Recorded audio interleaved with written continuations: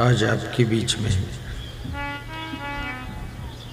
3 प्रश्न रखूंगा। नंबर 1,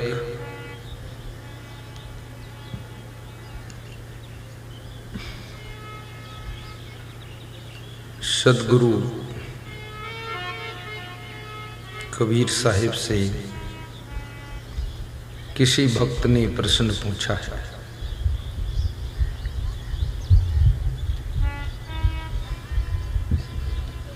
कि संसार में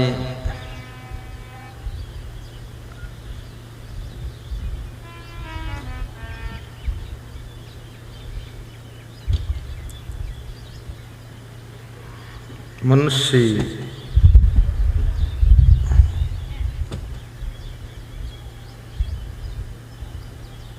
जब भक्ति करता है 2 प्रकार के लोग होते हैं। एक तो भक्ति करने में डूब जाते हैं, दूसरे वह लोग जो संपत्ति कमाने में डूब जाते हैं। तो भक्ति और संपत्ति में श्रेष्ठ कौन है? श्रेष्ठ कौन है?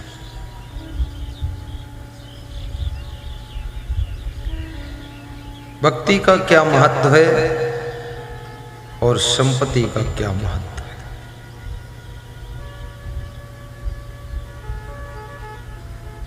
एक प्रश्न है। दूसरा प्रश्न,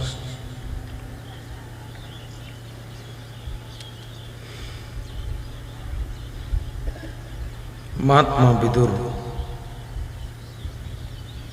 से महाराजा धीराज धृतराष्ट्र पूछते हैं कि विदुर, वे कौन से लोग हैं जिनके घर में, जिनके पास में लक्ष्मी हमेशा निवास करती है? लक्ष्मी पति बन जाते हैं, गरीब नहीं रहते, उनके क्या लक्षण होते हैं? विदुर कहते हैं कि हे राजन, उनमें 7 लक्षण होते हैं। 7 बातें।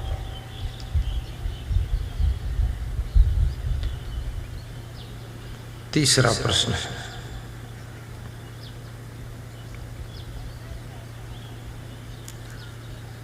सत्संग, ये रामचरितमानस का प्रश्न है कि सत्संग कैसे सुनना चाहिए, सत्संग सुनने का तरीका क्या है? भगवान श्री राम ने शिवरी को सत्संग का तरीका सिखाया था। कौन तरीका था? क्या तरीका था?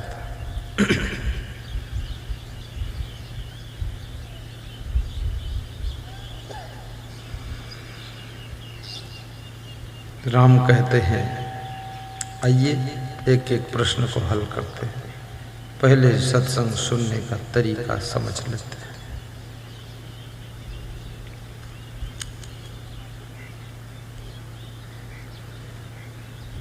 नवधा भक्ति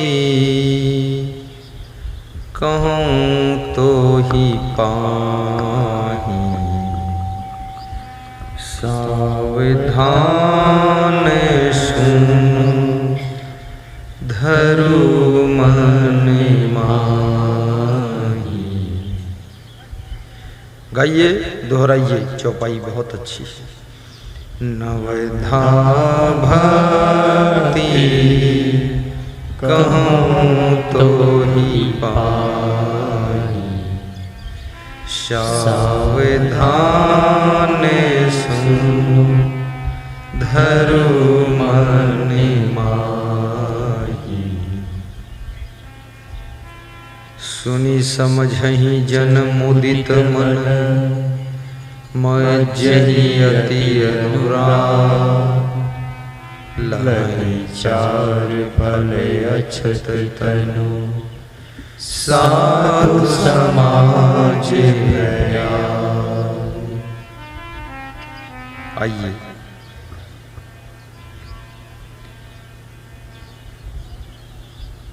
भगवान श्री राम शिवरी से कहते हैं,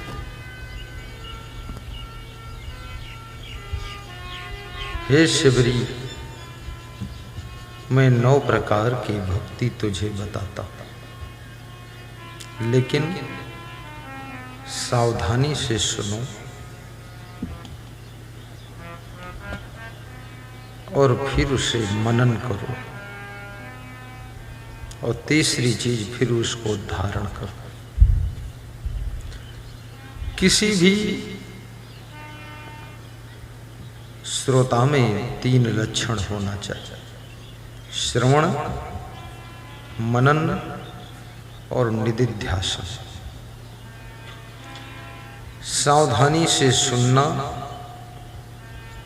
फिर उसको प्रेम से मनन करना और फिर उसे जीवन में धारण करना। क्योंकि यदि केवल सुन लिया और सावधानी से नहीं सुना तो तुम वहीं भूल जाओगे, कुछ याद नहीं रहेगा। कितने लोग सुनते हैं लेकिन उनको याद कुछ नहीं रहता है। प्रेम से सुनते नहीं, बैठे रहते हैं। प्रेम से सुनो और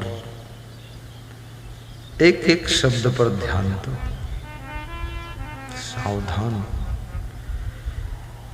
फिर उसे मनन करो कि ये क्या सुनाया गया है, मनन करो। सावधान सुनो, धरु मन माही,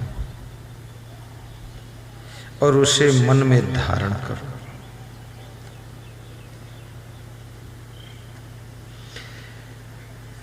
मन बहुत चंचल रहता है, सुनते भी हैं और मन में कुछ और सोचते भी रहते हैं। मन विराटनगर शहर में चला जाता है और काठमांडू की भी याद करने लग जाता है। बीरपुर तरफ भी राउंड मार देता है। कभी कभी मन परिवार की समस्याओं को मंथन करने लगता है और मनुष्य के मन में जैसा जैसा मनन होता है वैसा वैसा उसके चेहरे पर भाव भंगिमा झलकने लग जाती है। यदि आपके मन में कोई दुख मनन हो रहा है, दुख का टॉपिक कुछ आप याद कर रहे हैं, तो आपके चेहरे पर दुख की झलक दिखाई देने लग जाएगी। यदि आप किसी चीज की चिंता करते हैं तो चेहरे पर चिंता झलकने लगेगी। इसलिए मनुष्य का चेहरा मिनट मिनट में बदलता रहता है। यदि आप कोई खुशखबरी को स्मरण करते हैं तो आपका चेहरा खुश हो जाता है। यदि कोई शोक समाचार याद आ जाता है तो आपका चेहरा दुखी हो जाता है। चेहरे को छिपाना बहुत कठिन है, लेकिन असंभव नहीं। ये फिल्मी एक्टर जो होते ना, ये छिपा लेते हैं। ये जब राम बनते हैं तो सीता के वियोग में दुखी होकर रोते भी हैं, और सीता बनकर अशोक वाटिका में रोती धोती है। और वो है सब नाटकी मामला।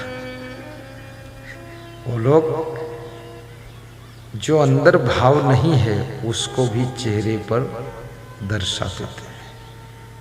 इसीलिए लोग फिल्म देखते रहते हैं। फिल्म का मतलब ही क्या है? एक्टर का मतलब एक्टिंग, एक्टिंग का मतलब जो उनके अंदर है नहीं भाव वो दिखा रहे हैं, एक्टिंग कर रहे हैं बस। तो ऐसे बहुत से लोग हमारे आपके समाज में भी एक्टर होते हैं, वो एक्टिंग करते रहते हैं। एक्टिंग से भी उनकी सेटिंग बन जाती है। लेकिन सामान्य रूप से मनुष्य के चेहरे पर भाव भंगिमा झलकने लग जाती है। इसलिए एक इंग्लिश विचारक ने कहा है, face is the index of all. मनुष्य का जो चेहरा है ये इंडेक्स है, अंदर की लिस्ट को झलकाता है। इंडेक्स माने अनुक्रमणिका। आपके अंदर क्या क्या हो रहा है वो चेहरे पर झलकता है। इसलिए संसार में तुम कभी कभी ऐसा देखते हो, लोगों को समझाते हो और कहते हो कि खुश रहा करो, ये भी कहते हो खुश रहा करो, खुश रहो, फिर भी लोग खुश नहीं रहते। मनुष्य का खुश रहना बहुत कठिन है, क्योंकि मनुष्य की खुशी तो एक है लेकिन उसके कनेक्शन अनेक हैं। और एक जगह से भी डिस्टर्ब है, कहीं से उसका कनेक्शन, तो खुशी नहीं होगी।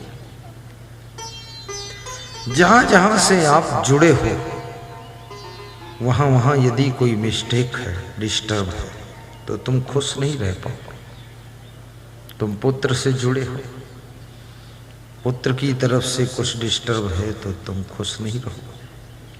तुम बहू से भी जुड़े हो, बहू नखरेबाज है तो तुम खुश नहीं रहोगे, तुम्हें असमंजस पड़ेगा। और तुम माता पिता से भी जुड़े हो, माता पिता यदि आपस में लड़ते हैं तो बेटे की खुशी भी छिन जाती है। तुम भाई से भी जुड़े हो, भाई यदि दारू पीता है तुम डिस्टर्ब रह जाओगे, दुख हो जाएगा कि ये कैसे सुधरेगा दुष्ट। तुम बेटे से भी जुड़े हो, बेटा अगर गलत कुछ कर रहा है तुम्हें बार बार याद आता है और मन दुखी हो जाता है, कैसे सुखी हो। सेवादारों से व्यास गादी कहेगी कि खूब अच्छी सेवा करते रहना, सबको खूब पानी पिलाओ, यदि हो सके तो शरबत भी पिलाओ। और मैं स्वयं 50 किलो शक्कर देता हूँ, शरबत घोलवाइए, शक्कर मंगाइए, पेमेंट बाद को दे दूंगा, शरबत भी पिला दो, उसमें बर्फ भी डाल दो। 50 किलो शक्कर का पेमेंट हम करें, छोड़ो 50 किलो का लफड़ा, पूरा 1 कुंटल का पेमेंट हम कर देंगे।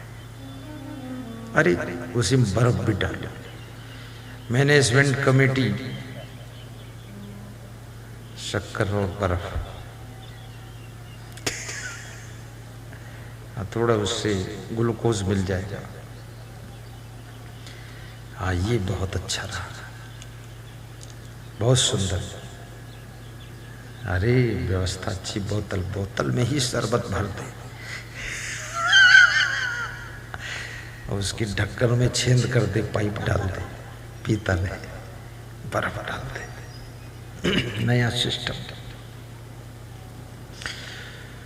तो खुश रहना, एक राजनेता का कनेक्शन जनता से जुड़ा रहता है। जनता यदि अनुकूल है तो नेता खुश रहता है। जनता में कुछ विरोधाभास हो रहा है तो राजनेता के मन के अंदर चिंतन होने लगता है कि अब क्या करना पड़ेगा। तुम पत्नी से भी जुड़े हो, तुम्हारी पत्नी यदि खुश है तो तुम खुश रहते हो, और पत्नी यदि मुंह ऐंठती है तो तुम भी टेंशन में आ जाते, क्या लफड़ा है, कहीं भाग भोग न जाए इधर उधर, असमंजस हो जाता है। तुम पति से भी जुड़े हो, आपका पति यदि खुश नहीं रहता है तो आपको चिंता हो जाती है कि ये पति खुश क्यों नहीं, हंसता क्यों नहीं।